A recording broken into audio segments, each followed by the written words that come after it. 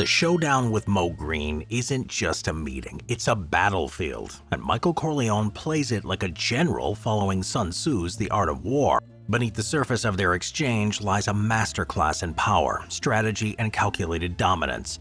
Michael doesn't react to Greene's provocations or match his theatrics. Instead, he plays the long game, methodically dismantling his opponent without ever drawing his sword. The meeting with Moe Greene was more than a negotiation. It's a strategic masterclass, a practical application of the art of war in the world of the mafia. In the end, Michael doesn't just win the meeting, he wins the war Greene didn't even realize he was fighting.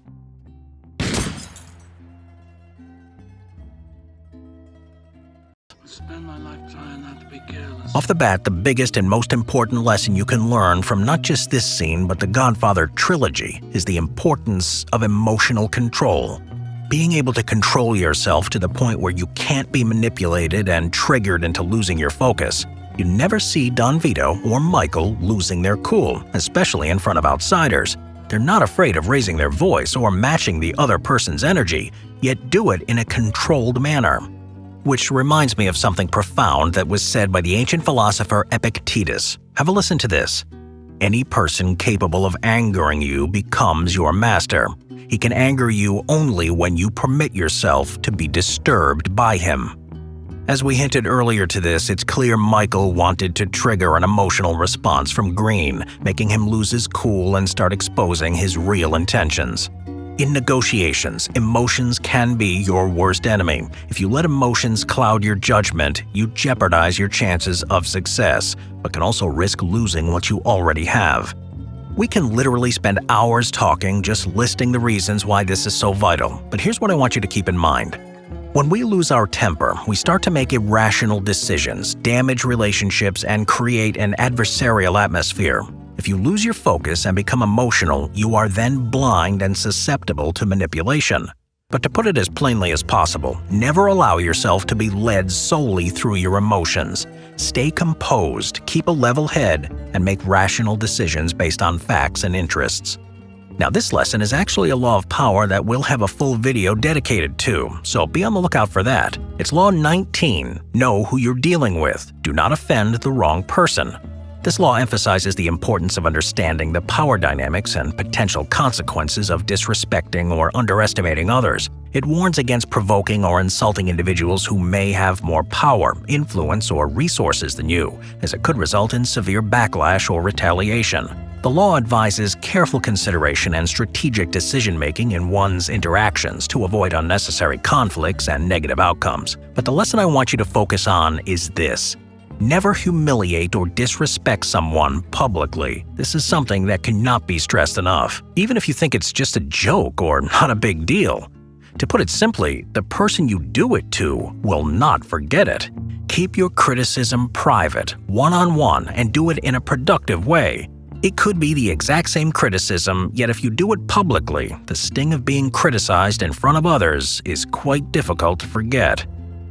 Now, on the flip side, there's quite a lot we can learn from Moe Greene. Well, at least learn what to avoid. He was quite brash and unwavering, letting his ego blind him from seeing that he was falling for Michael's trap. So that's why I want you to start looking at things from a strategic point of view.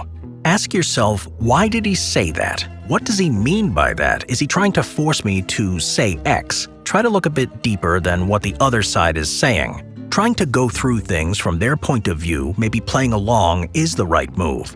Which also ties in with the fact that you should go in with some knowledge of what the other side is thinking. We'll get into that a bit more in a second. But here's what Moe should have done. He should have asked himself, where was Michael getting all this confidence from? On one hand, Michael could have just been bluffing, and so Moe didn't really care. Actually, when you think about it, Moe did go in somewhat prepared. He mentioned how the Corleone family was being chased out of New York, and that the Godfather was sick and all of that. So, to be fair, he did his homework. But Michael did a good job hiding moves, as Hagen mentions in the scene earlier. Michael was building a secret regime with some absolute killers that almost no one was supposed to know about, which is significant because in Cosa Nostra, there is supposed to be a capped number of made men in each family. Therefore, Michael had created a thick smokescreen that no one could have seen through. If Moe just did a bit more digging and was not reckless, things might have ended a bit better for him. In the end, though, Greene still handled this like an amateur. Of course, hindsight is 20/20, but if Moe was strategic, he could have flipped the game on Michael, played along, and seen what he was scheming. Which ties back to the main lesson of mastering your mind and emotions, not allowing manipulation to break into your mind and take control. Hence the importance of stoicism. What often goes unnoticed is the psychological warfare embedded in Moe's actions. While Moe didn't feel the need to justify his treatment of Fredo to the Corleone family, he knew they were fully aware of it, and he still did it. That awareness created an undercurrent of tension, a silent weapon that worked in Moe's favor. The implications were clear. If Moe was willing to straighten out Fredo, the son of a powerful Don, without hesitation, it sent a chilling message about his audacity and lack of fear. This dynamic tilted the balance of power during negotiations. It planted a seed of doubt and frustration within the Corleone family, subtly undermining their leverage and tarnishing their position. After all, if Moe could treat Fredo this way, what did it say about his respect, or lack thereof, for the Corleone dynasty? And let's not forget how he casually mentioned, "The Godfather's sick, right? You're getting chased out of New York by Barzini and the other families." That What do line you wasn't think is just an going on? observation, it was a jab. It added to Moe's confidence and solidified his lack of respect for the Corleone family. This leads us to the next power move Moe Greene pulled. Before stepping into that meeting, Moe already knew where he stood. He wasn't a fool. He had hedged his bets and spread his options like the seasoned gambler he was. Moe saw the cracks in the Corleone Empire long before anyone else dared to admit it. He could feel it in the air, see it in the subtle shifts of power. You see, Moe knew the Corleone family wasn't the unshakable dynasty it used to be. They were teetering on the edge, and he wasn't wrong. The signs were all there. One brick at a time, their empire was crumbling, slow but inevitable. And Moe? He was ready to capitalize on their weakness, playing his hand with the confidence of a man who knew the odds were in his favor. His strategy was crystal clear. Milk the Corleone's hotels and casinos for everything they were worth, while they still had something to give. He was a shark circling the waters, biding his time and extracting every ounce of profit. But that wasn't the end game, it was just the setup. Moe knew the tides were turning, and when Don Barzini inevitably went for the killer blow, Moe would be ready to leverage a better deal. He positioned himself as a valuable ally, an asset too profitable to ignore. For Moe, it wasn't just about their survival, it was about thriving in the chaos, playing both sides until the dust settled and the chips were firmly in his corner. But here's the thing, Fredo, for reasons that still baffle us, remained divided in his loyalty. Despite all the disrespect and manipulation, Fredo continued to align with Moe.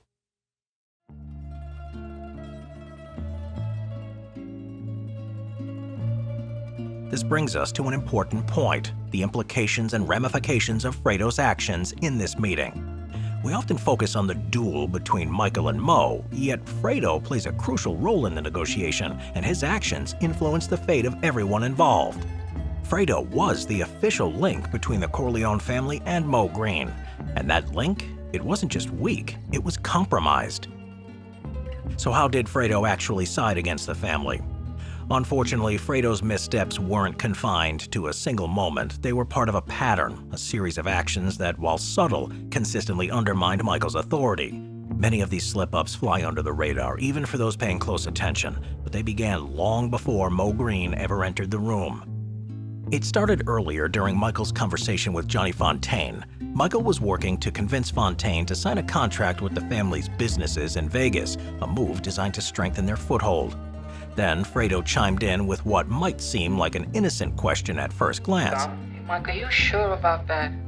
Moe loves the business. He never said nothing to me about selling. Now, I'll make But here's the thing, this harmless remark planted a seed of doubt in Fontaine's mind.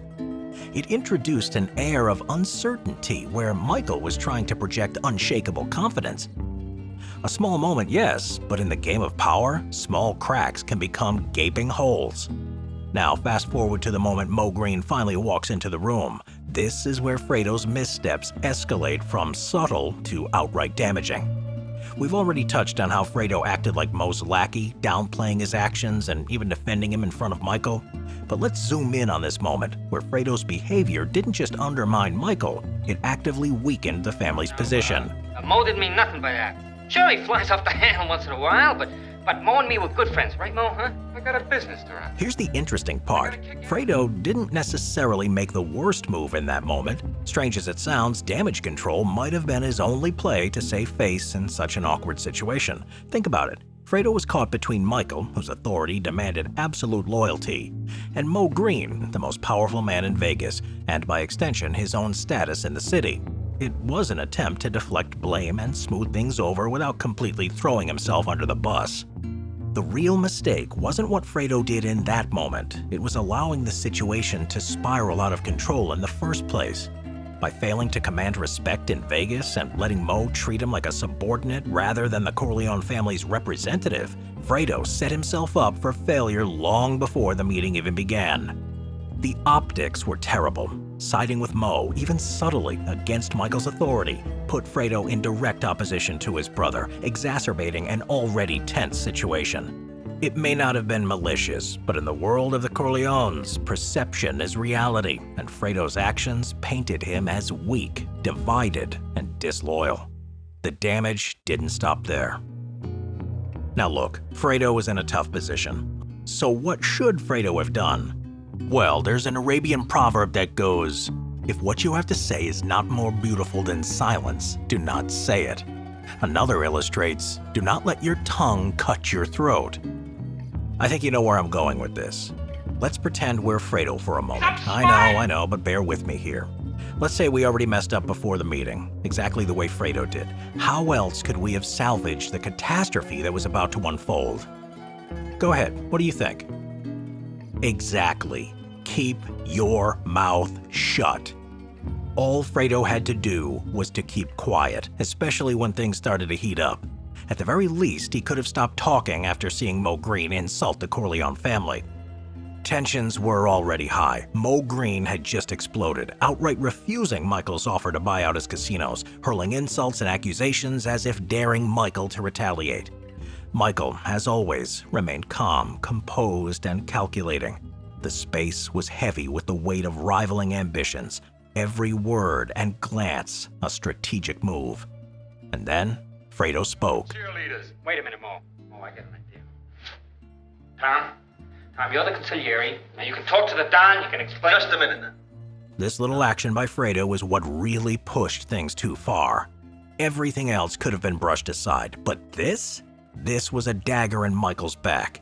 There are three main reasons why it was a big deal. It was a public undermining of authority. In the world of the Mafia, the Don's word is absolute.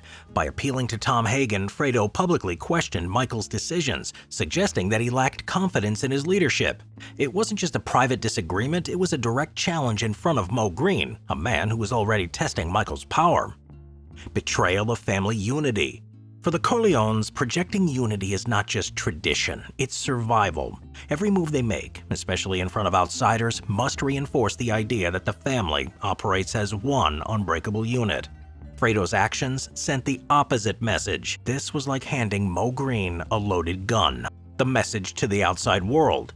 Fredo's move wasn't just seen by those in the room, its ripples would be felt far beyond. Word of internal discord spreads fast in their world, and Fredo's actions could embolden rivals like Barzini. It gave Moe Greene leverage to push back harder, knowing Michael's authority wasn't ironclad. It made Michael look weak and insecure. For someone like Michael, whose entire strategy revolves around projecting power and control, this moment was a disaster. To have his brother contradict him publicly made Michael look weak, as though he couldn't command loyalty even within his own family. This wasn't just an embarrassment, it was a stain on his reputation as a decisive, commanding leader. Moe Greene wasn't just watching the negotiation, he was analyzing every subtle power shift in the room.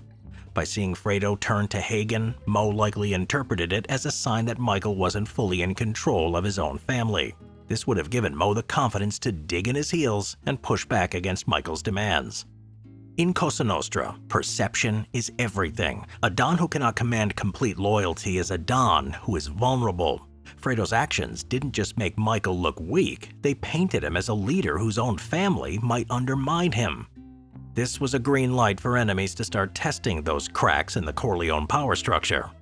Now, to anyone paying attention, the implications were obvious. Fredo was divided, unsure, and willing to challenge Michael in a setting where unity was critical. This wasn't just a misstep, it was a public display of disloyalty, and worse, it emboldened Moe Greene.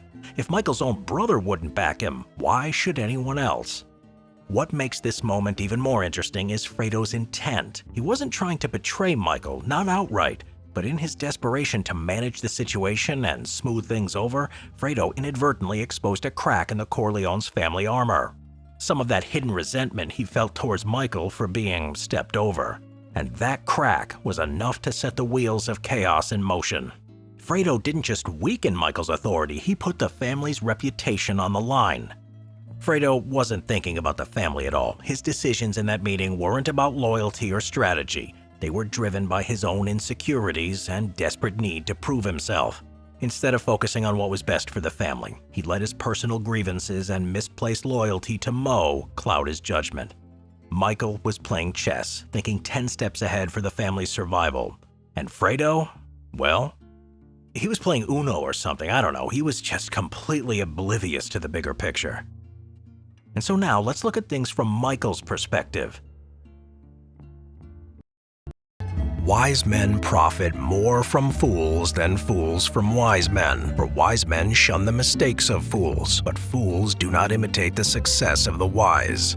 Lesson: don't be led by your ego. This is probably the key to understanding and learning from the Moe Greene archetype, if you will. You know, the brash, bombastic, narcissistic types that don't know how to control their own emotions and are easily triggered by the words of others. Keeping one's ego in check is a hallmark of wisdom. Making decisions based on arrogance or pride can lead to poor judgment and unfavorable outcomes. In the grand scheme of things, it is vital to grasp that wisdom and power lie not in the loud proclamation of one's superiority, but rather in the quiet strength of self-awareness. Those who are willing to listen, learn, and adapt are the ones who craft success and wield influence. They understand that even the most astute minds have room for growth. So, embrace humility, as it's a shield against imprudent judgments and unfortunate outcomes. To set aside your ego is to open the door to a wealth of knowledge and the potential for lasting achievements. True mastery is found in knowing when to silence the roar of pride. Instead, heed the counsel of wisdom.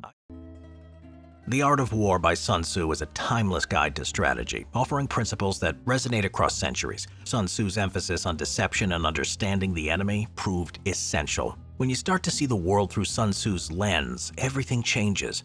Obstacles become opportunities, and conflicts become games of strategy you can control. It's not about brute strength or luck, it's about understanding the battlefield, knowing your opponents, and mastering yourself. These lessons aren't just history, it's power just waiting for you to wield it. A tool to see the unseen and think 10 steps ahead. What could you achieve with that kind of clarity? You might already know the answer.